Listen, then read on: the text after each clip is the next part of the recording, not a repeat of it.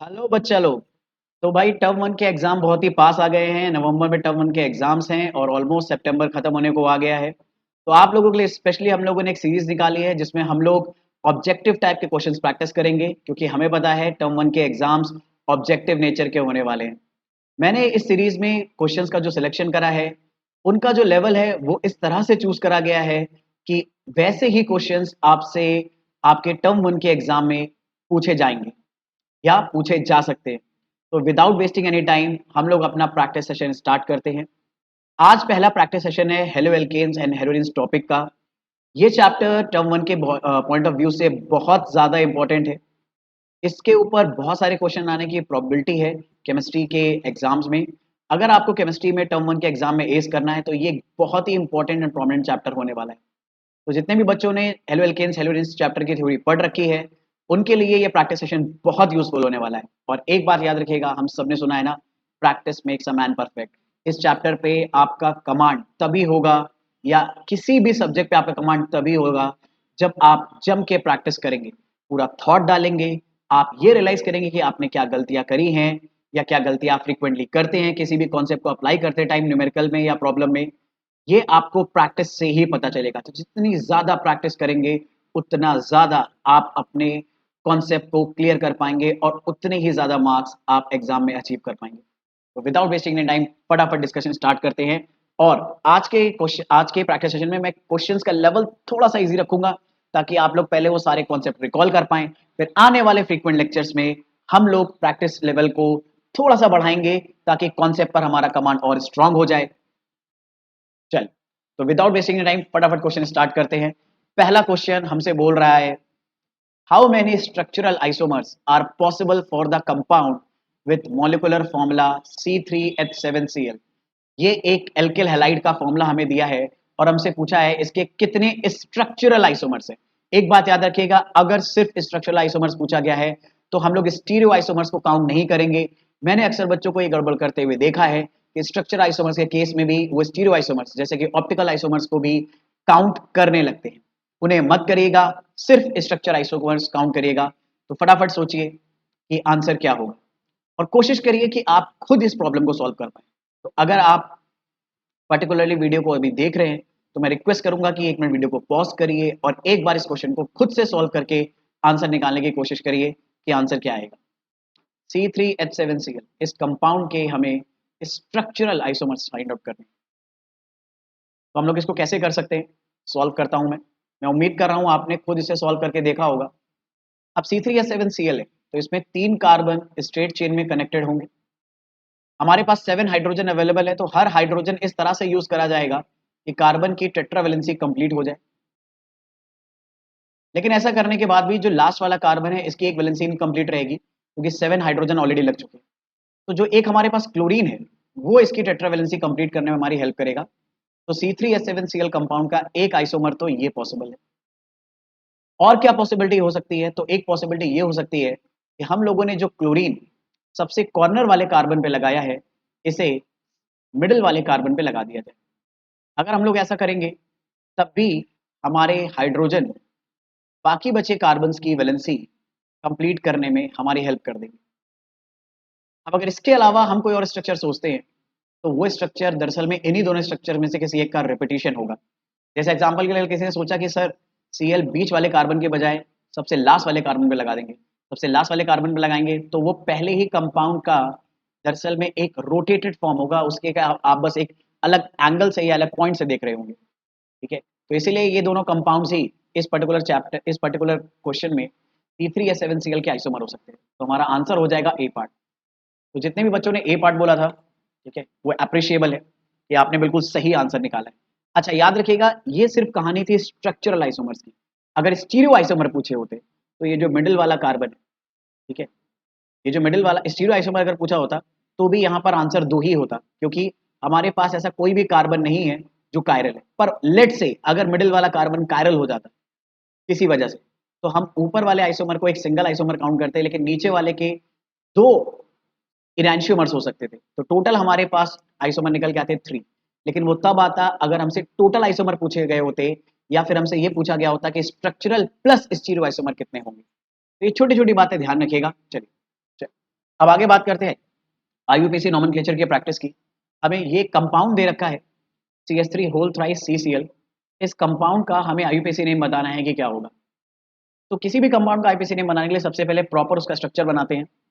तो हमें साफ साफ दिख रहा है कि इस सिंगल कार्बन से 3 CH3 ग्रुप बॉन्डेड है और एक Cl बॉन्डेड है। तो अगर मैं इस सिंगल कार्बन को अपना सेंटर एटम मानूं तो इससे एक Cl एटम बॉन्डेड है और 3 CH3 ग्रुप बॉन्डेड है।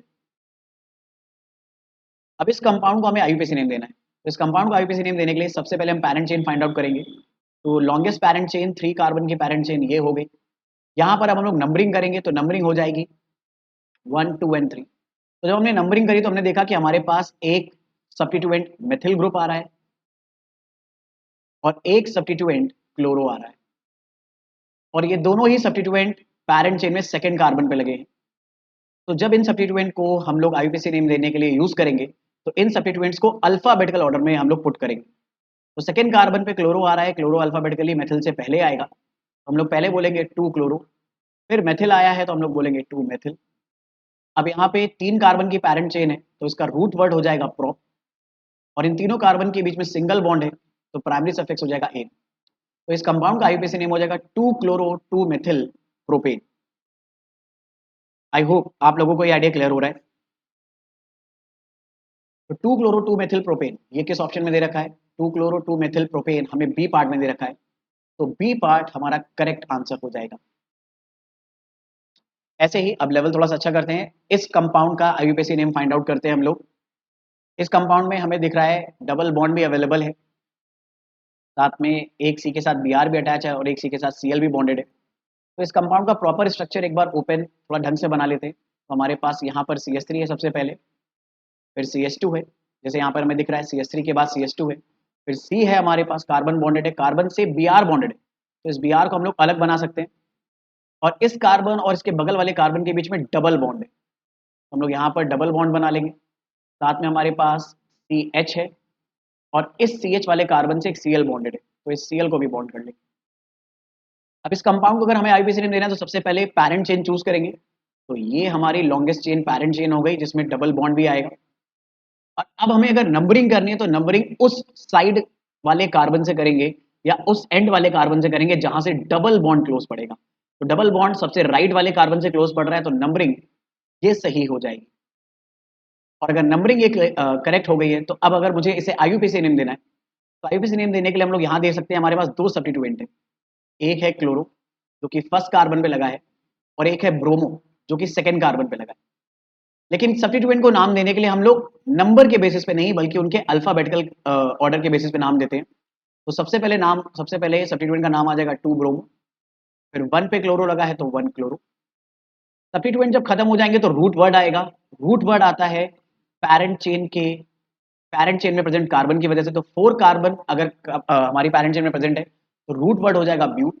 हर कार्बन के बीच में अब सिंगल बॉन्ड नहीं है, फर्स्ट और सेकंड कार्बन के बीच में अगर डबल बॉन्ड है तो हम लोग चाहे तो इसे बोल सकते हैं ब्यूट 1 इन या हम सिर्फ चाहे तो इसे ब्यूट इन भी बोल सकते हैं। तो अगर सिर्फ हमने ब्यूटीन बोला तो भी चलेगा। तो ये ऑप्शन हमें किस पार्ट में दे रखा है? 2 ब्रोमो 1 क्लोरो ब्यूटीन। तो 2 ब्रोमो 1 क्लोरो ब्यूटीन हमें फर्स्ट पार्ट में दे रखा है तो फर्स्ट पार्ट हमारा इस कंपाउंड का करेक्ट आईयूपीएसी नेम हो जाएगा। आई होप आप लोगों को ये बात क्लियर हो रही है, समझ में आ रही है। तो जैसे मैंने आपको बोला था आज का जो प्रैक्टिस सेशन है थोड़ा सा इजी प्रैक्टिस सेशन है ताकि आप हेलो एल्केन्स हेलो एरीन्स के साथ कंफर्टेबल हो जाओ, सारी चीजें आप रिकॉल कर पाओ। लेकिन ऐसा भी नहीं कि एकदम इजी है, इसमें आगे आने वाले क्वेश्चंस बहुत ही अच्छे हैं और वैसे क्वेश्चन पूछे जाने की प्रोबेबिलिटी आपके टर्म 1 के एग्जाम में बहुत ज्यादा है। मुझे उम्मीद है उनमें से एक आध बिल्कुल सिमिलर टाइप का क्वेश्चन आपको टर्म 1 के एग्जाम में जरूर देखने को मिलेगा। एग्जैक्टली भले वो ना हो लेकिन उसके जैसा क्वेश्चन जरूर देखने को मिलेगा। तो इसीलिए प्रैक्टिस करते रहिए, अपना कॉन्सेप्ट स्ट्रॉन्ग करते रहिए। चलो अब हमें ये फाइंड आउट करना है कि CX टाइप का बॉन्ड किस केस में सबसे ज्यादा स्ट्रॉन्गेस्ट है। तो पहली बार हमें ये बॉन्ड दे रखा है C और Cl के बीच में। तो ए ऑप्शन में हमें ये बॉन्ड दे रखा है C और Cl के बीच में। बी ऑप्शन में ये हमें बॉन्ड दे रखा है C और Br के बीच में। अब Br एटम Cl एटम से बड़ा होता है तो बॉन्ड लेंथ उसकी ज्यादा होगी। सी ऑप्शन में हमें CH3 और F के बीच में बॉन्ड दे रखा है। तो CH3 में फ्लोरीन के साथ जब कार्बन बॉन्ड करेगा, फ्लोरीन एटम अपने ग्रुप में सबसे छोटा होता है। भाई फ्लोरीन सबसे छोटा, उससे बड़ा क्लोरीन, उससे बड़ा ब्रोमीन और सबसे बड़ा आयोडीन। तो जो एटम जितना बड़ा होगा उसका बॉन्ड लेंथ भी उतनी ज्यादा होगी। तो फ्लोरीन अगर सबसे छोटा है तो उसकी बॉन्ड लेंथ सबसे छोटी होगी। और लास्ट है हमारा आयोडीन, जिसमें कार्बन एक्चुअली में आयोडीन के साथ अगर बॉन्डेड है, तो हमारे पास जो लॉन्गेस्ट बॉन्ड है वो कार्बन और आयोडीन के बीच में मिलेगा, और स्मॉलेस्ट बॉन्ड कार्बन और क्लोरीन के बीच में मिलेगा। और एक बात हम लोगों को क्लियर है कि बॉन्ड जितना ज्यादा छोटा होगा, बॉन्ड जितना ज्यादा छोटा होगा, बॉन्ड की स्ट्रेंथ उतनी ज्यादा होगी, क्योंकि बॉन्ड लेंथ अगर छोटा होगा तो उस बॉन्ड को ब्रेक डाउन करने में हमें ज्यादा एनर्जी देनी पड़ती है। तो ये बात बस सिंपल सी है, इसे याद रखिएगा कि बॉन्ड एनर्जी यानी बॉन्ड को ब्रेक करने में जो एनर्जी लगेगी वो बॉन्ड एनर्जी इनवर्सली प्रोपोर्शनल होती है बॉन्ड लेंथ। ये बड़ा सिंपल बट बड़ा इंपॉर्टेंट आइडिया, ठीक है। तो देखो बॉन्ड एनर्जी अगर इनवर्सली प्रोपोर्शनल है बॉन्ड लेंथ के, तो हमारा करेक्ट ऑप्शन क्या हो जाएगा, जहां पर CX बॉन्ड स्ट्रॉन्गेस्ट है, CS बॉन्ड स्ट्रॉन्गेस्ट है CH3F, ये हमारा करेक्ट आंसर होगा। अब आगे देखते हैं। इस क्वेश्चन में से पूछ रहा है विच of the following will have the maximum dipole moment. अब की बार हमसे मैक्सिमम डाइपोल मोमेंट के बारे में बात पूछी गई है। चलिए, तो अब बात करते हैं मैक्सिमम डाइपोल मोमेंट कैसे निकालेंगे। और मुझे उम्मीद है इस क्वेश्चन में कई सारे बच्चे गड़बड़ करेंगे। बहुत सारे ऐसे बच्चे हैं जो इस क्वेश्चन में गड़बड़ कर सकते हैं। तो मैं रिक्वेस्ट करूंगा पहले 1 मिनट आप वीडियो को पॉज करके खुद से आंसर निकालने की कोशिश करिए, और फिर आप मेरे सोल्यूशन को चेक करिएगा। चलिए फटाफट देखते हैं।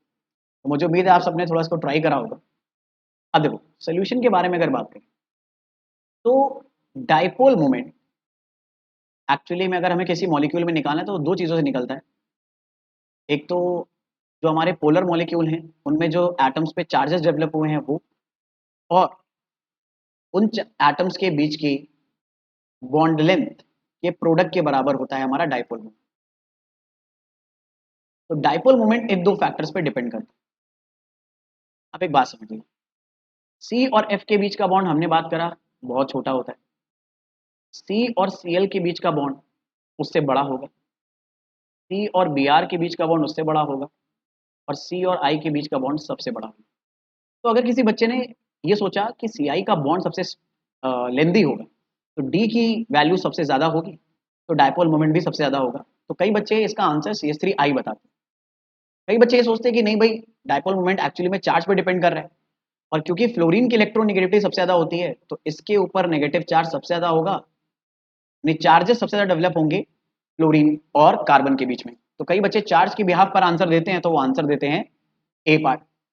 पर आपको एक बड़ी इंपॉर्टेंट बात समझनी है कि दरअसल में डाइपोल मोमेंट इन दोनों में से एक वैल्यू पर नहीं बल्कि दोनों वैल्यूज पर डिपेंड करता है, और दोनों वैल्यूज का सबसे जो मैक्सिमम प्रोडक्ट आता है यानी चार्ज और बॉन्ड लेंथ का जो सबसे ज्यादा प्रोडक्ट आएगा, मैक्सिमम प्रोडक्ट आएगा, वो सी और सीएल के केस में। सी और सीएल के केस में चार्जेस भले ही सी और एफ से कम होते हैं लेकिन बॉन्ड लेंथ बहुत ज्यादा हो जाती है, और बाकी जब हम सी सीएल से सी बीआर में जंप करते हैं तो चार्जेस तो उतने तेजी से कम नहीं होते और ना ही बॉन्ड लेंथ उतनी ज्यादा बढ़ती।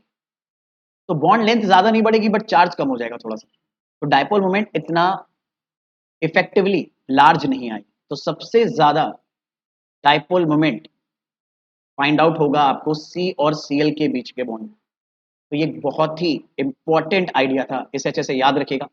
और इस क्वेश्चन से सीखने वाली बात पता है क्या है कि एक फिजिकल क्वांटिटी अगर एक से ज्यादा पर्टिकुलर टर्म्स पे डिपेंड कर रही है तो हमें हर टर्म को एक्नॉलेज करना होता है अगर उनमें से कोई भी एक टर्म कांस्टेंट ना हो। जैसे यहाँ पर जब हम सी एफ से सी एल और सी एल से बी आर और बी आर से आई गए तो क्यू भी वैरी कर रहा है और डी भी वैरी कर रहा है, तो हमें सबसे स्वीट स्पॉट फाइंड आउट करना होगा कि क्या आएगा, और वो आ रहा है सी सी एल।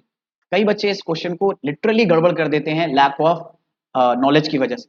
तो इस पर्टिकुलर टॉपिक, इस पर्टिकुलर आइडिया को बहुत अच्छे से याद रखिएगा और आपको एक बात बता दूं, कुछ ऐसे बच्चे भी होंगे जो एक्चुअली में कॉम्पिटिटिव एग्जाम के लिए सीरियस है। तो मैं आपको बता दूं कि इस पर्टिकुलर टाइप के प्रॉब्लम्स आपके कॉम्पिटिटिव एग्जाम्स में भी आने की प्रोबेबिलिटी होती है। चलो, अब ऐसे ही बात करते हैं, अगला क्वेश्चन हमसे पूछा है, डिफरेंट टाइप के एल्किल हैलाइड्स हमें दिए हुए हैं, ठीक है।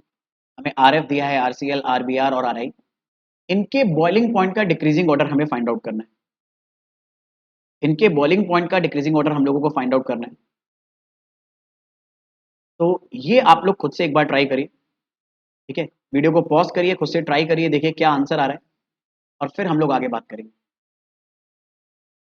तो मुझे उम्मीद है आप लोगों ने इसको ट्राई करा है, ठीक है। चलो, तो अब देखो कैसे इस प्रॉब्लम को सॉल्व करेंगे। तो आइडिया बड़ा सिंपल है। एक्चुअली में बॉइलिंग पॉइंट मॉलिक्यूलर मास के डायरेक्टली प्रोपोर्शनल होता है, अगर कोई और फैक्टर चेंज ना हो। जैसे अगर कोई और फैक्टर नहीं चेंज हो रहा, इसका मतलब है जैसे यहाँ पर एल्किल ग्रुप सब में सेम है, तो बॉइलिंग पॉइंट एक्चुअली में डायरेक्टली प्रोपोर्शनल होगा मॉलिक्यूलर मास के। लेकिन याद रखना, ये तभी रूल फॉलो होता है जब एल्किल ग्रुप से, अदरवाइज बॉइलिंग पॉइंट का डायरेक्ट कनेक्शन होता है दो पार्टिकल्स के बीच में लगने वाले इंटरमोलिकुलर फोर्स के वैल्यू पर। इंटरमोलिकुलर फोर्स जितना ज्यादा स्ट्रांग होगा, बॉइलिंग पॉइंट उतना ज्यादा होगा। तो ये आइडिया सिर्फ तभी फॉलो होता है जब हमारे एल्किल ग्रुप सेम, और हमें ऑप्शन में एल्किल ग्रुप सेम ही दे रखे। अगर एल्किल ग्रुप सेम दे रखे हैं तो अगर फटाफट हम लोग बात करें तो हमें जो ऑर्डर मिल जाएगा वो क्या मिल जाएगा।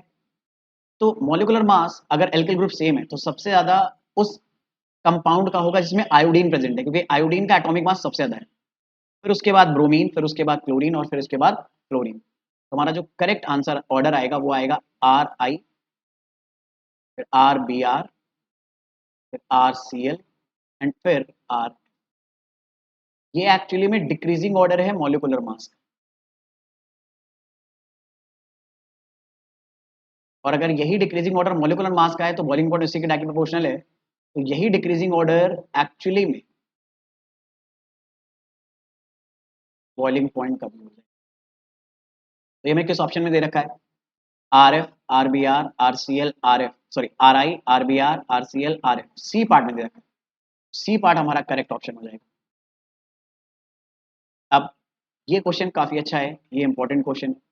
इसके जैसे क्वेश्चंस आपके टर्म वन के एग्जाम्स में और कॉम्पिटिटिव एग्जाम में पूछे जाने की प्रोबेबिलिटी काफी ज्यादा होती है। तो हमसे कह रहा है कि वो रिएक्शन कंडीशन हमें बतानी है जो C2H5Cl की बेस्ट यील्ड देगा। मतलब इनमें से किस रिएक्शन में C2H5Cl सबसे ज्यादा बनेगा, हमें ये फाइंड आउट करना है। अब हमें ये तो पता है कि C2H5Cl अगर हमें इथेन से बनाना है तो इसका क्लोरीनेशन करेंगे, जिसे आप लोगों ने पढ़ा होगा फ्री रेडिकल हेलोजिनेशन भी बोलते हैं, ठीक है।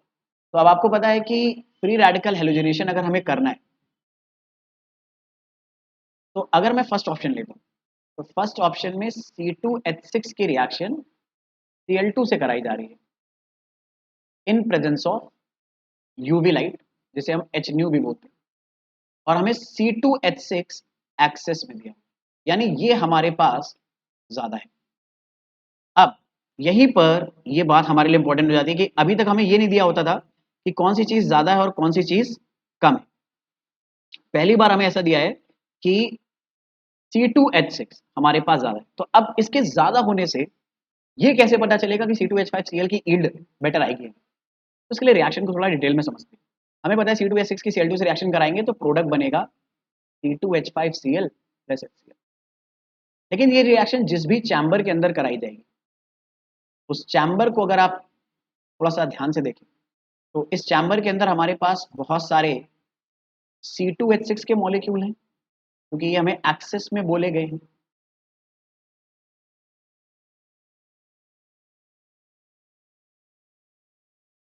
तो ये हमारे पास C2H6 के मॉलिक्यूल्स हैं। अब इनके साथ साथ हमारे पास यहाँ पर क्लोरीन भी प्रेजेंट होगा इसी रिएक्शन चैम्बर के अंदर, क्योंकि क्लोरीन की ही इसके रिएक्शन करानी है। लेकिन क्लोरीन थोड़ा सा कम होगा क्योंकि C2H6 एक्चुअली में एक्सेस में। तो अब देखो ये दोनों रिएक्शन होने के लिए C2H6 और Cl2 आपस में इंटरेक्ट करेंगे और रिएक्शन होगी और प्रोडक्ट बन जाएगा C2H5Cl। यानी इस तरह से एक बात समझो कि ये जो रेड कलर वाला C2H6 है और ये जो ग्रीन कलर वाला Cl2 है, इनकी रिएक्शन से एक मान लो ब्लू कलर का C2H5Cl बन गया। तो ये C2H5Cl यहाँ पर हमारे पास मॉलिक्यूल के फॉर्म में आ जाएगा। अब देखो ये जो C2H5Cl है ना, ये भी फर्दर रिएक्शन कर सकता है क्लोरीन के साथ, और अगर ये फर्दर क्लोरीन के साथ रिएक्शन करेगा तो बना लेगा C2H4Cl, और अगर C2H4 बनने लगा तो C2H5Cl की यील्ड यानी इसका अमाउंट कम होने लगेगा। तो हम चाहते हैं कि C2H5Cl फर्दर Cl2 के साथ रिएक्शन ना करे, और ये फर्दर Cl2 के साथ रिएक्शन तभी नहीं करेगा जब Cl2 को C2H5Cl के साथ बॉन्ड करने का मौका ना मिले, यानी ये दोनों आपस में इंटरेक्ट ना करें। और इनका इंटरेक्शन कम करने के लिए हमने क्या कर दिया है, C2H6 को बढ़ा रखा है। अब देखो C2H6 अगर बहुत सारे हैं और ये Cl2 मॉलिक्यूल रैंडमली घूम रहा है इस चैम्बर के अंदर, तो अगर C2H6 बहुत सारे हैं तो इस Cl2 मॉलिक्यूल के टकराने के चांस C2H के साथ ज्यादा होंगे, क्योंकि ये बहुत सारे हैं। तो इस Cl2 को, ऐसे Cl2 जिन्होंने अभी रिएक्शन नहीं करी है, वो न्यूली फॉर्म्ड C2H5Cl के साथ टकराएंगे नहीं, कोलाइड नहीं करेंगे अगर C2H6 बहुत ज्यादा है, क्योंकि अगर C2H6 बहुत ज्यादा हमारे पास अवेलेबल है तो Cl2 के साथ अटैक करने की प्रोबेबिलिटी, बट Cl2 की अटैक करने की प्रोबेबिलिटी C2H के साथ ज्यादा हो जाएगी। ठीक है, अब जैसे वही वाली बात है, अगर सड़क पर बहुत सारी वैगनार घूम रही तो आपके वैगनार देखने के चांसेस भी बड़े होंगे ना। ठीक है, फेरारी या फिर क्या नाम है, लैम्बोर्गिनी देखने के चांसेस कम हो जाएंगे। ठीक है, उसी तरह से यही बात यहाँ पर भी अप्लाई होती है। तो C2H6 अगर एक्सेस में है तो Cl2 ज्यादा रिएक्शन करेगा C2H के साथ और ज्यादा बनेगा C2H5। तो हमारे पास ऑप्शन कौन सा करेक्ट हो जाएगा, ए पार्ट ही हमारे ऑप्शन करेक्ट हो जाएगा। बड़ी किस्मत अच्छी थी हमारी कि ए पार्ट से आंसर आया। अच्छा, बी पार्ट क्यों रॉन्ग होगा, एक बात ये भी चेक कर लेते हैं। तो बी पार्ट इसलिए रॉन्ग होगा क्योंकि फ्री रेडिकल हाइड्रोजनेशन डार्क में नहीं कराया जाता, इसके लिए सनलाइट या हीट की रिक्वायरमेंट होती है। ठीक है, तो हीट इज रिक्वायर्ड और सनलाइट इज रिक्वायर्ड, तो डार्क में नहीं करा सकते। ठीक है, अच्छा Cl2 एक्सेस में लोगे तो दिक्कत क्या हो जाएगी, अरे भाई अगर आपने Cl2 एक्सेस में ले लिया तो अगर Cl2 बहुत ज्यादा हो गया, यानी ये ग्रीन कलर वाले जो हमारे बबल्स है बहुत ज्यादा हो गए, तो जैसे ही ब्लू कलर वाला बबल बनेगा और Cl2 बहुत ज्यादा है तो वो Cl2 C2H के साथ भी तो टकरा सकता है, और अगर वो C2H के साथ टकरा गया तो फिर C2H5Cl, सॉरी C2H5 के साथ Cl के साथ भी टकरा सकता है। तो C2H5Cl के साथ अगर वो टकरा गया तो फर्दर C2H5Cl कन्वर्ट हो जाएगा C2H4Cl2 में, और C2H5Cl की यील्ड कम होने लगेगी। ठीक है, तो इसीलिए Cl2 अगर एक्सेस में होगा तो C2H5Cl फर्दर Cl2 के साथ रिएक्शन करने लगेगा और क्या बनाने लगेगा, C2H4Cl2, तो इसकी यील्ड डिक्रीज हो जाएगी। और यहाँ अगर दोनों इक्वल अमाउंट में लिए तो लगभग बराबर ही रहेगा, तो मतलब यील्ड उतनी बेटर नहीं हो पाएगी। इसलिए सबसे बेस्ट ऑप्शन कौन सा है, ए पार्ट है। बहुत ही बढ़िया क्वेश्चन था, और आई होप आपको मॉलिक्यूलर लेवल पे भी समझ में आया है कि रिएक्शन में किन किन बातों का हमें ध्यान देना है। अक्सर कई बार बच्चे इस चीज को एक्नॉलेज करना भूल जाते हैं, तो इस चीज पे भी फोकस रखना है बहुत अच्छे से। चलो, अगला क्वेश्चन आराम से रीड करिए और फिर सॉल्व करिए। अगले क्वेश्चन में हमसे बोल रहा है ethylene dichloride can be prepared by adding HCl। HCl को ऐड करना है, तो इनमें से किस ऑप्शन में HCl ऐड करा जाए जिससे एथिलीन डाइक्लोराइड बन जाए। तो अक्सर मैंने देखा है बच्चों को एथिलीन डाइक्लोराइड ही नहीं पता होता क्या होता है। तो अगर आप एथिलीन डाइक्लोराइड का स्ट्रक्चर नहीं बना पाए तो आप ये भी नहीं फाइंड आउट कर पाओगे कि इनमें से किस कंपाउंड की रिएक्शन HCl से कराकर एथिलीन डाइक्लोराइड बन सकता है। ठीक है, तो आराम से देखिए, सोचिए, समझिए कि एथिलीन डाइक्लोराइड एक्चुअली में क्या होता है।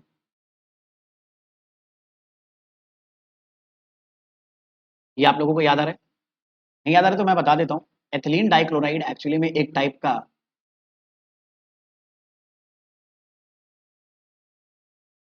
विसिनल डाइहाइलाइड है। तो हमें ये बताना है कि HCl की रिएक्शन किससे कराई जाए कि वो एथिलीन डाइक्लोराइड बने। तो देखो इथेन की रिएक्शन अगर कराओगे HCl से तो आपको पता है इथेन। ठीक है, ethane, A option, ethane HCl के साथ रिएक्शन करता ही नहीं, तो इसे तो बनने से रहा। सेकेंड पार्ट भी दे रखा है एथाइलिन। तो एथाइलिन की रिएक्शन अगर आपने HCl से कराई तो HCl डायरेक्ट डबल बॉन्ड से अटैच कार्बन के बीच में बॉन्डेड हो जाएगा, तो एक कार्बन को हाइड्रोजन मिलेगा और एक कार्बन को Cl। तो ये भी नहीं बना, ये भी ऑप्शन रॉन्ग हो गया। C part एसेटाइलिन।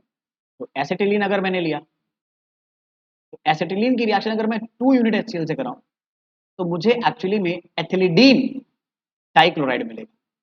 ये मिलेगा मुझे CH3 CHCl2। एक कार्बन से 2 हाइड्रोजन बॉन्ड होंगे और एक कार्बन से 2 Cl, तो ये होता है एथिलीडीन डाइक्लोराइड। लेकिन हमें बनाना है एथिलीन क्लोराइड। तो अगर ये भी ऑप्शन गलत है तो ऑब्वियसली डी पार्ट ही करेक्ट होगा। तो डी पार्ट में हमें क्या दे रखा है, एथिलीन ग्लाइकोल। अब कई बच्चों को एथिलीन ग्लाइकोल का फॉर्मूला नहीं पता होगा, तो ये सारे नाम और ये सारे फॉर्मूले आपको पता होने चाहिए बहुत अच्छे से।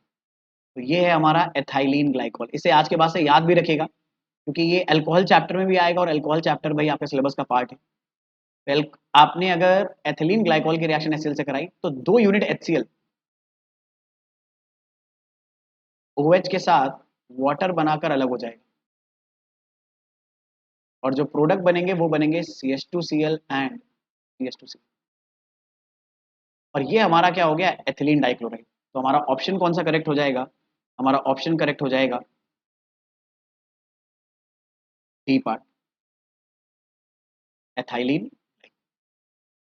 तो ये नाम और स्ट्रक्चर आपको पता होने बहुत ज़्यादा जरूरी है। जैसे मैंने अक्सर बच्चों को देखा है ये बोलते हुए कि सर हमें केमिस्ट्री समझ में नहीं आती, केमिस्ट्री बहुत प्रॉब्लम करती है, ऑर्गेनिक केमिस्ट्री हम सॉल्व नहीं कर पाते। तो मैं आपको बताऊं कई बार ऑर्गेनिक केमिस्ट्री के प्रॉब्लम्स ना सॉल्व होने के पीछे एक प्राइमरी रीजन जो होता है वो ये होता है कि आपको कंपाउंड्स के नाम से उसका स्ट्रक्चर बनाना नहीं आता है और स्ट्रक्चर से नाम बनाना नहीं आता है। अगर आपके माइंड में नाम से स्ट्रक्चर और स्ट्रक्चर से नाम का ट्रांजिशन बहुत अच्छे से नहीं हो पा रहा है, आप उसे पिक्चराइज ही नहीं कर पा रहे वो मॉलिक्यूल है क्या, उसमें कौन से एटम प्रेजेंट है, क्या उसका कौन से एटम कितने कितने प्रेजेंट है, उसका फॉर्मूला ही नहीं आपको पता चल पा रहा, तो अक्सर आप उन रिएक्शंस को करने में इनकैपेबल रहेंगे। कई बार आपको ऐसा होगा रिएक्शन याद होगी पर आपको पता ही नहीं चल रहा होगा उस रिएक्शन को यूज कैसे करना है क्योंकि आपको कंपाउंड का प्रॉपर स्ट्रक्चर नहीं समझ में आ रहा है। तो इसलिए डिटेल्स को ध्यान से देखना जरूरी है। कंपाउंड का नाम से स्ट्रक्चर बनाना और स्ट्रक्चर से नाम बनाना दोनों बहुत अच्छे से आने चाहिए। अगर ये चीज आपने अचीव कर ली तो ट्रस्ट मी आप आसानी से फाइंड आउट कर लेंगे कि केमिकल रिएक्शंस कैसे होती। तो अब आगे बात करते हैं। तो आगे यहाँ पर हमसे बोला गया है कि इनमें से कौन सा कन्वर्जन में फॉस्फोरस पेंटाक्लोराइड का यूज करा जाता है, यानी हम लोग PCl5 को यूज करते हैं इनमें से किस कन्वर्जन में। ठीक है, फॉस्फोरस पेंटाक्लोराइड हमें ये फाइंड आउट करना है इनमें से किस कन्वर्जन में फॉस्फोरस पेंटाक्लोराइड यूज करा जाता है। तो जितने बच्चों ने ये चैप्टर बहुत अच्छे से पढ़ा है उन्हें पता होगा कि अल्कोहल्स की रिएक्शन अगर PCl5 से कराई जाती है तो हमें एल्किल हैलाइड मिलते हैं, साथ में POCl3 मिलता है और साथ में HCl मिलता है।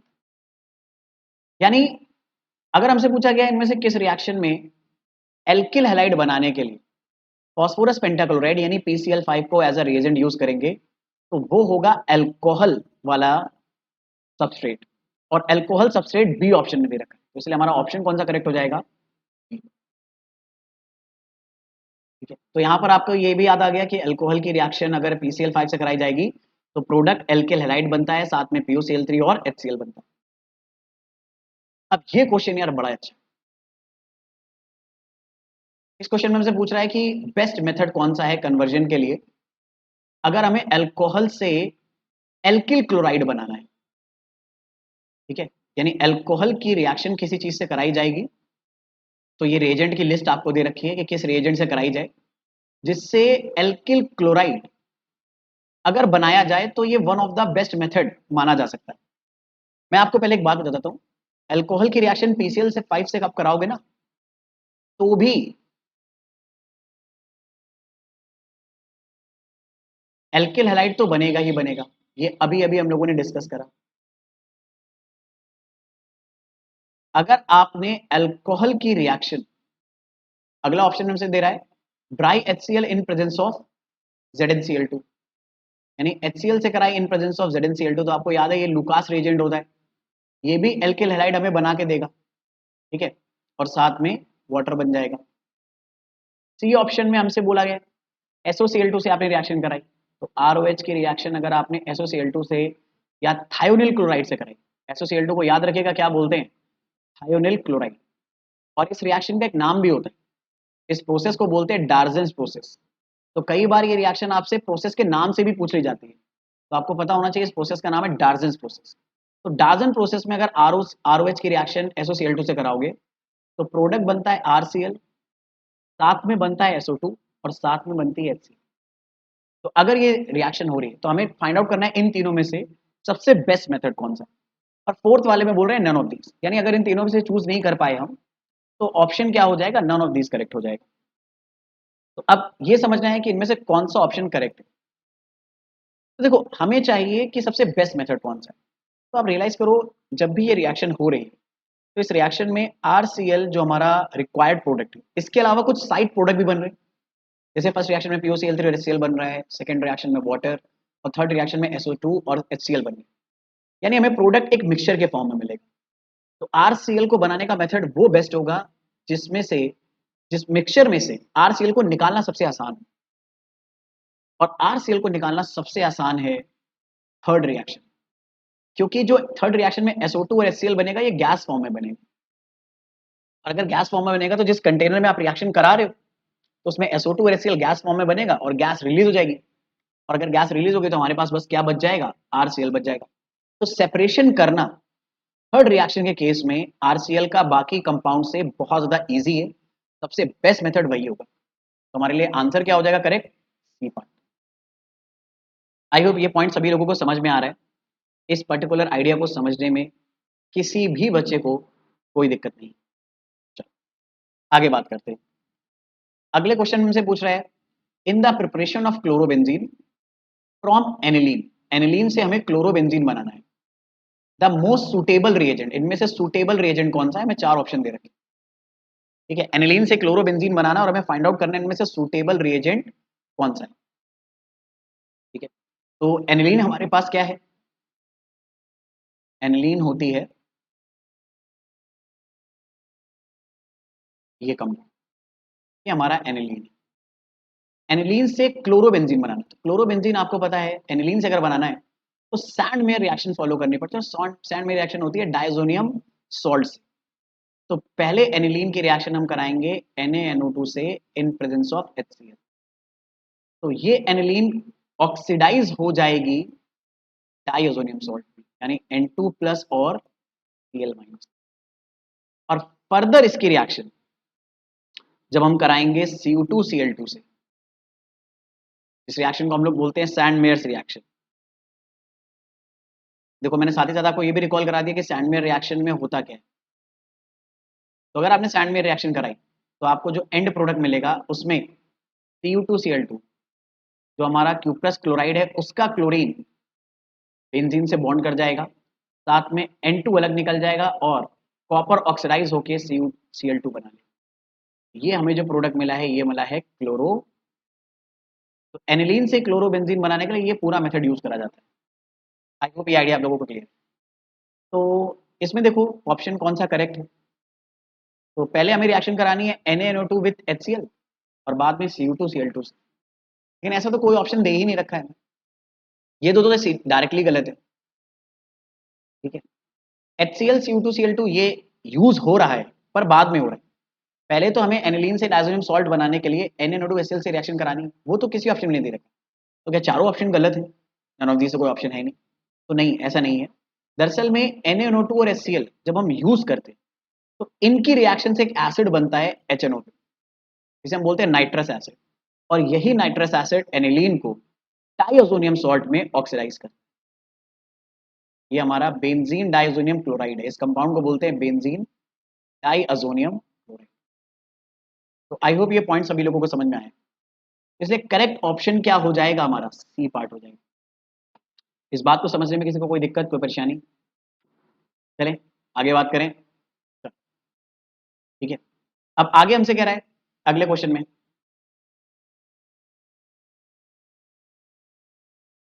विच of the following possesses highest melting point, इन चारों में से किस कंपाउंड का मेल्टिंग पॉइंट हाईएस्ट। देखो मेल्टिंग पॉइंट का मतलब है सॉलिड से अगर आपको लिक्विड बनाना है तो किस सिचुएशन में हमें सबसे ज्यादा हीट देनी पड़ेगी, किस कंपाउंड के केस में। जाहिर सी बात है उस कंपाउंड में देनी पड़ेगी जिसके पार्टिकल्स के बीच में फोर्स ऑफ अट्रैक्शन सबसे ज्यादा है। तो हमें यही ढूंढना है कि फोर्स ऑफ अट्रैक्शन एक्चुअली में सबसे ज्यादा किस पार्टिकल में है, किस केस में, यही ढूंढना है हमको। चलिए लग जाइए, खुद से एक बार सोचिए कैसे करेंगे इस पर्टिकुलर प्रॉब्लम को सॉल्व।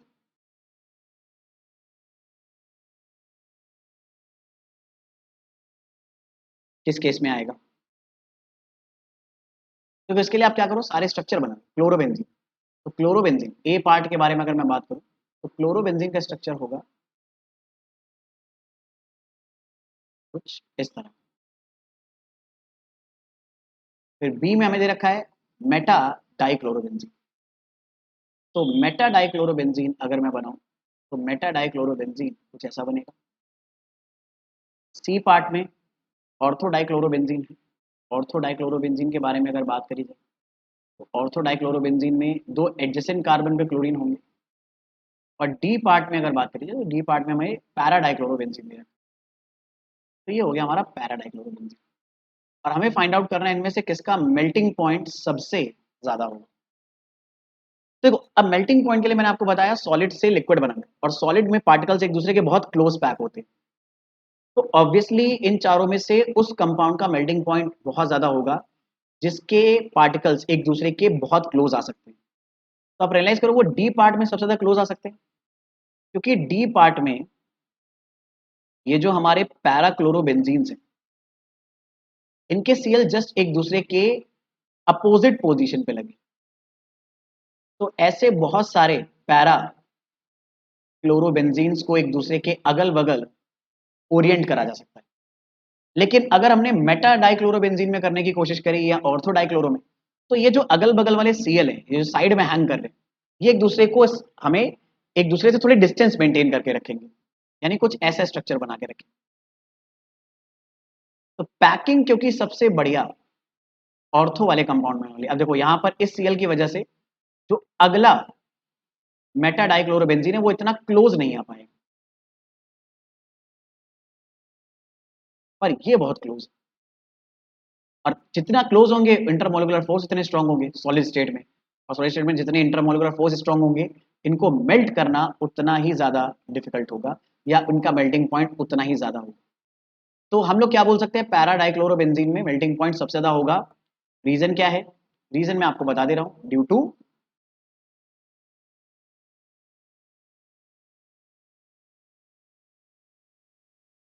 Close packing. ठीक है, तो क्लोज पैकिंग है, सिमेट्रिकल नेचर है पैरा डाइक्लोरोबेंजीन का।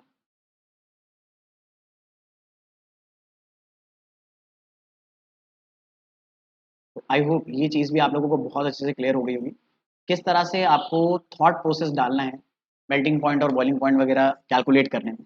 इसी तरह के क्वेश्चंस हमसे एक्सपेक्ट करे जाते हैं, इसी तरह के कॉन्सेप्चुअल क्वेश्चंस हमसे एक्सपेक्ट करे जाते हैं कि हम अपने ऑब्जेक्टिव क्वेश्चंस में सॉल्व कर पाए।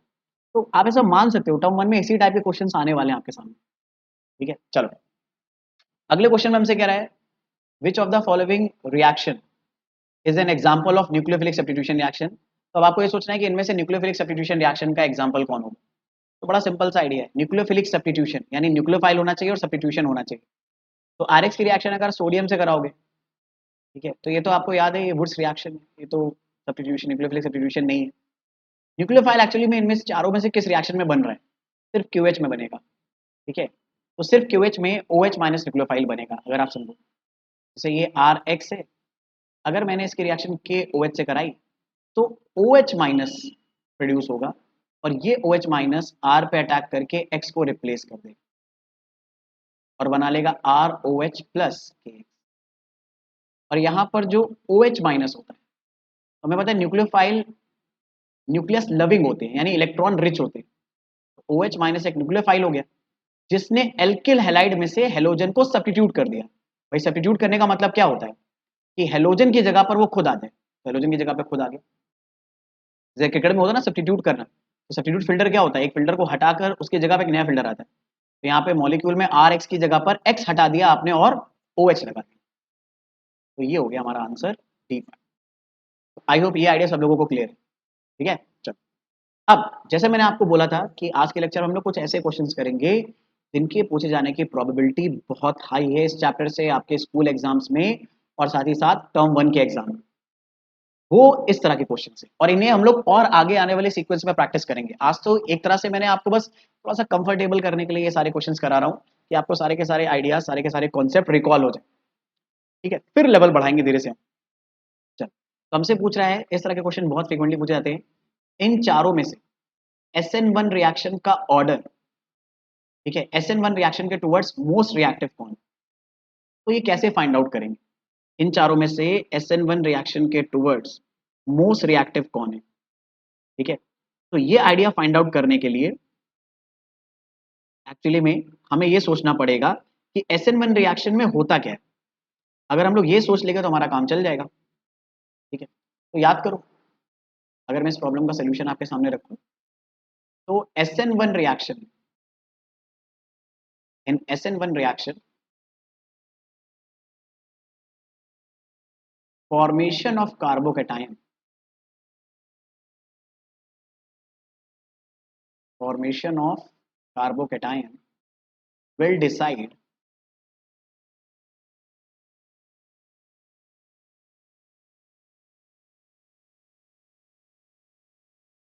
rate of reaction, यानी रिएक्शन कितना फास्ट होगी कितना स्लो होगी, कार्बोकेटाइन का फॉर्मेशन बताएगा।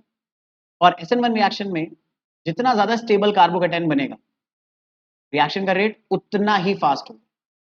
तो एक बात याद रख सकते हो कि SN1 रिएक्शन का जो रेट होता है वो एक तरह से डायरेक्टली प्रोपोर्शनल होता है स्टेबिलिटी ऑफ कार्बोकेटाइन,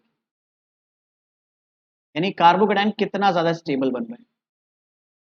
तो हमें ये देखना है इन चारों ऑप्शंस में कि किस केस में कार्बोकेटाइन सबसे ज्यादा स्टेबल बन रहा है। तो कार्बोकेटाइन बनेगा कैसे, मैं आपको बता दूं।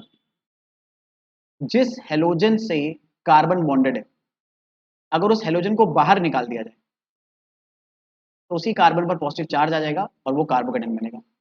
इस हेलोजन से ये कार्बन बॉन्डेड था, हेलोजन हटा दिया आपने एल्किल हैलाइड में से, तो जिस कार्बन से हेलोजन हटाया उसी कार्बन पर पॉजिटिव चार्ज आएगा और ये कार्बोकेटाइन बन जाएगा।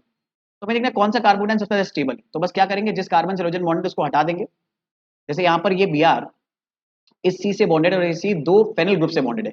C6H5 फेनिल ग्रुप होता है जिसमें जिसे बेंजीन से एक हाइड्रोजन हटाकर बनाया जाता है। तो अगर मैं ए ऑप्शन में कार्बोकेटाइन बनाऊं तो ए ऑप्शन में कार्बोकेटाइन जो बनेगा वो कुछ ऐसा बनेगा, एक फेनिल ग्रुप से कार्बन बॉन्डेड है, इससे एक और फेनिल ग्रुप बॉन्डेड है, 2C6H5 हो गए इस तरह से, साथ में एक हाइड्रोजन हमारे पास अवेलेबल है और जो ब्रोमीन था वो हट जाने की वजह से यहाँ पे कार्बोकेटाइन है। तो ये कार्बोकेटाइन स्टेबलाइज किस वजह से हो रहा है? देखो, कार्बोकेटाइन के बगल में अगर कभी भी बेंजीन रिंग मिले तो इस कार्बोकेटाइन का पॉजिटिव चार्ज रेजोनेंस में स्टेबलाइज होता है और दो दो बेंजीन रिंग मिलेगी तो बहुत ज्यादा रेजोनेंस होगा। तो ये कार्बोकेटाइन रेजोनेंस स्टेबलाइज, और रेजोनेंस स्टेबलाइजेशन बहुत ही प्रोमिनेंट फैक्टर होता है कार्बोकेटाइन को स्टेबल करने का। तो ए ऑप्शन में तो ये आ रहा है भाई कहानी। ठीक है, चलो अब बात करते हैं बी ऑप्शन की। बी ऑप्शन में क्या हो रहा है? तो बी ऑप्शन में अगर हम लोग बनाने की कोशिश करें तो बी ऑप्शन में एक C6H5 है, एक CH3 है, Br हटा देंगे।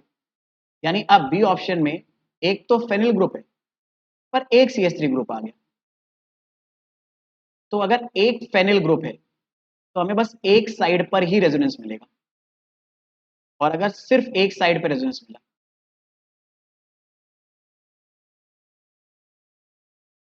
Only resonance with only one benzene, तो ये उतना इफेक्टिव रेजोनेंस नहीं है जितना प्रीवियस केस में था, क्योंकि वहां पर दो बेंजीन रिंग थी ना भाई, जितनी ज्यादा बेंजीन रिंग उतना ज्यादा रेजोनेंस, जितना ज्यादा रेजोनेंस उतना ज्यादा कार्बोकेटाइन का स्टेबलाइजेशन। तो यार ये बी तो यार इफेक्टिवली ए के कंपैरिजन में तो है ही नहीं। सी वाले को चेक करते हैं। अब सी वाले में दो पेनिल ग्रुप हैं और एक CH3। तो सी वाले ऑप्शन को अगर हम लोग ध्यान से देखें तो दो फेनिल ग्रुप बना लिए मैंने इस तरह से, और बीच में एक CH3 है और इस कार्बन पर पॉजिटिव चार्ज आ जाएगा क्योंकि इसी कार्बन से ब्रोमीन बॉन्डेड था। अच्छा, कई बच्चे कहेंगे सर आपको कैसे पता था, ब्रोमीन तो इतना दूर लिखा है, कैसे पता ब्रोमीन इससे बॉन्डेड है? तो देखो ये जो ब्रैकेट्स लगे होते हैं इनका लगाए होने का मतलब है कि ये एक पूरा ग्रुप है जो इसके पहले या इसके बाद वाले कार्बन से बॉन्डेड है। अब इन ब्रैकेट्स के बाहर बाद में तो कोई कार्बन है नहीं, तो इसका मतलब है ये जो पूरे ग्रुप्स हैं ये इसी कार्बन से बॉन्डेड है। और मैंने आपको बताया था कार्बोकेटायन बनाने के लिए ब्रोमीन आपको जो हेलोजन लगा है उसको हटाना पड़ेगा। तो देखो यहाँ पर दो साइड से रेजोनेंस तो मिल रहा है, ठीक है, लेकिन रेजोनेंस के साथ साथ आपको एक जरूरी बात बताऊं, CH3 ग्रुप एक इलेक्ट्रॉन रिपेलिंग ग्रुप होता है, इसे हम लोग प्लस आई इफेक्ट ग्रुप बोलते हैं। जिन बच्चों ने क्लास 11 में टॉपिक डिटेल में पढ़े उन्हें अच्छे से पता होगा, नहीं पता है तो बस आप इसे याद रख लो कि ये CH3 ग्रुप एक इलेक्ट्रॉन पुश करने वाला ग्रुप होता है। ये अपने बॉन्ड पेयर के इलेक्ट्रॉन को कार्बोकेटायन के पॉजिटिव चार्ज की तरफ धक्का देगा। अब अगर इलेक्ट्रॉन को धक्का देगा तो पॉजिटिव चार्ज कम हो जाएगा क्योंकि इलेक्ट्रॉन नेगेटिव चार्ज होते हैं, अगर वो पॉजिटिव चार्ज की तरफ जाएंगे तो वो कम हो जाएंगे। और एक कार्बोकेटायन में पॉजिटिव चार्ज जितना कम होगा वो कार्बोकेटायन उतना ज्यादा स्टेबल होगा। तो यहाँ पे रेजोनेंस प्लस इंडक्टिव इफेक्ट मिल रहा है, आई को हम लोग इंडक्टिव इफेक्ट बोलते हैं, और ये सबसे ज्यादा इफेक्टिव नेचर हो गया क्योंकि रेजोनेंस भी है दोनों साइड पे और इंडक्टिव इफेक्ट भी मिल गया, ठीक है। तो मजा ही आ गई भाई। तो सबसे ज्यादा स्टेबल कार्बोकेटायन थर्ड केस में बनेगा, और जिस केस में सबसे ज्यादा स्टेबल कार्बोकेटायन बनेगा SN1 रिएक्शन का रेट भी उसी में सबसे ज्यादा होगा, या SN1 रिएक्शन के टुवर्ड्स वही मॉलिक्यूल सबसे ज्यादा रिएक्टिव होगा। तो ऑप्शन कौन सा करेक्ट हो जाएगा लास्ट? डी पार्ट क्यों नहीं हो सकता? अरे डी पार्ट में तो भाई आपको दिख रहा है बस एक ही बेंजीन लेंगे, तो दो वालों से तो वैसे ही हार जाएगी, ठीक है। ऐसे ही इस टाइप का क्वेश्चन भी हमसे हमारे स्कूल एग्जाम्स में और टर्म 1 के एग्जाम में पूछने की प्रोबेबिलिटी है। मैं आपको एक फैक्ट बता दूं, SN1 रिएक्शन की रिएक्टिविटी का ऑर्डर और SN2 रिएक्शन की रिएक्टिविटी के ऑर्डर पर बेस्ड क्वेश्चन ये आपके स्कूल एग्जाम्स में पूछे जाने की प्रोबेबिलिटी और टर्म 1 के एग्जाम में पूछे जाने की प्रोबेबिलिटी इनकी बहुत हाई, ठीक है। इसमें हमसे पूछ रहा है कि which among the following is most reactive toward SN2। तो आपको एक बात बता दूं, और मुझे उम्मीद है कई सारे बच्चों को याद भी होगा, नहीं याद है तो रिकॉल कर लो कि SN2 मैकेनिज्म फेवर होती है लेस स्टेरिकली हिंडर्ड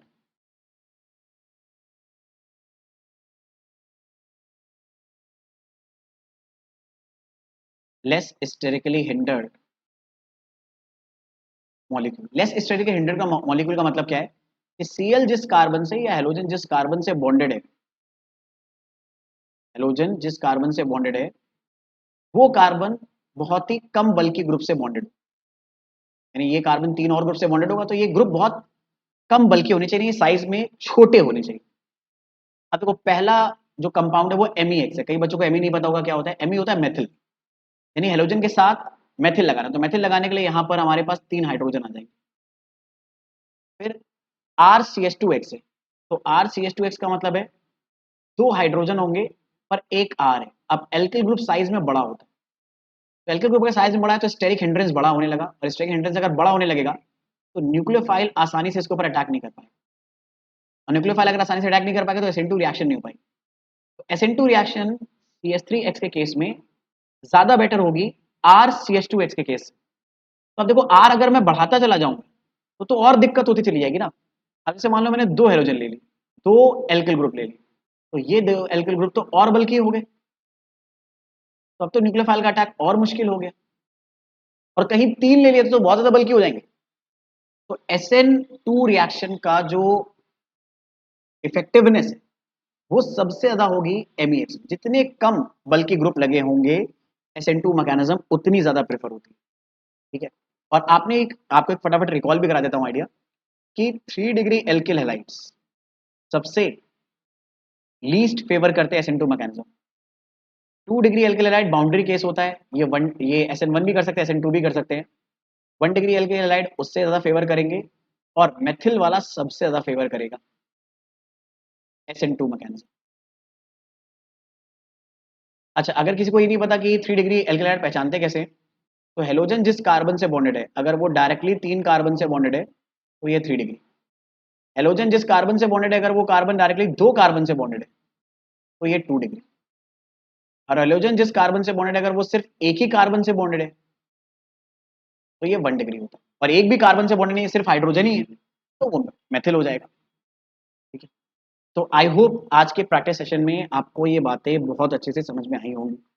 और जैसे मैंने बताया, आज का प्रैक्टिस सेशन तो बस आपके लिए थोड़ा सा वार्म अप था, ठीक है, ताकि आप सारे कॉन्सेप्ट को रिकॉल करें, और आने वाले टाइम में मैं ऐसे ही प्रॉब्लम प्रैक्टिस सेशन आपके लिए बहुत सारे लाने वाला हूँ, और सारे क्वेश्चन ऐसे मैं चूज करूंगा जिनके पूछे जाने की प्रोबेबिलिटी या वैसे ही सिमिलर क्वेश्चंस के पूछे जाने की प्रोबेबिलिटी हमारे टर्म 1 के एग्जाम में ज्यादा हो, ताकि आप रिलेवेंट क्वेश्चन ही प्रैक्टिस करें और अपना टाइम कहीं और वेस्ट ना करें।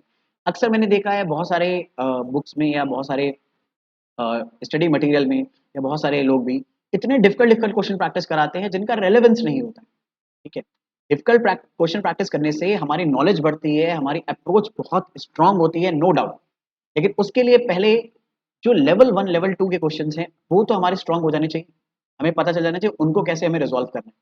ठीक है, क्योंकि एक बात समझो, अगर आपको माउंट एवरेस्ट चढ़ना है तो माउंट एवरेस्ट चढ़ने की स्ट्रेटजी ये नहीं होती कि आपने बैग टांगा और सीधे माउंट एवरेस्ट पे चढ़ गए।